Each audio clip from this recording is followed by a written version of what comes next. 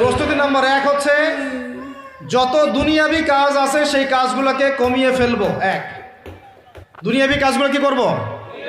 মানে দুনিয়াবি যত কাজ, যত ব্যস্ততা যা আছে এগুলোকে কমায় নিয়ে আসবো, যাতে রমজান মাসে আমাকে বেশি বাইরে দুনিয়াবি প্রয়োজনে বাইরে বের হইতে না হয়, মানে বেশি ব্যস্ততা আমাকে দুনিয়ার জন্য না করতে হয়।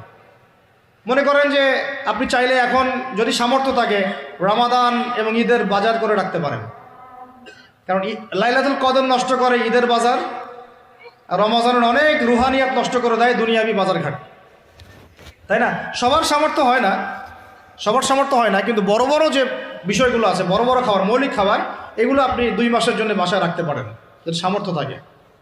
সামর্থ্য নাই তাহলে সেটা আলাদা বিষয়। মোট কথা এটা শুধু একটা বিষয় বোঝাচ্ছি না, দুনিয়াবি যত ব্যস্ততা এগুলোকে কমায় রমাদানের জন্য প্রিপারেশন নিতে হবে। আল্লাহ পাক আমাদেরকে সবাইকে রমাদানের জন্য প্রিপারেশন নেওয়ার তৌফিক দান করেন।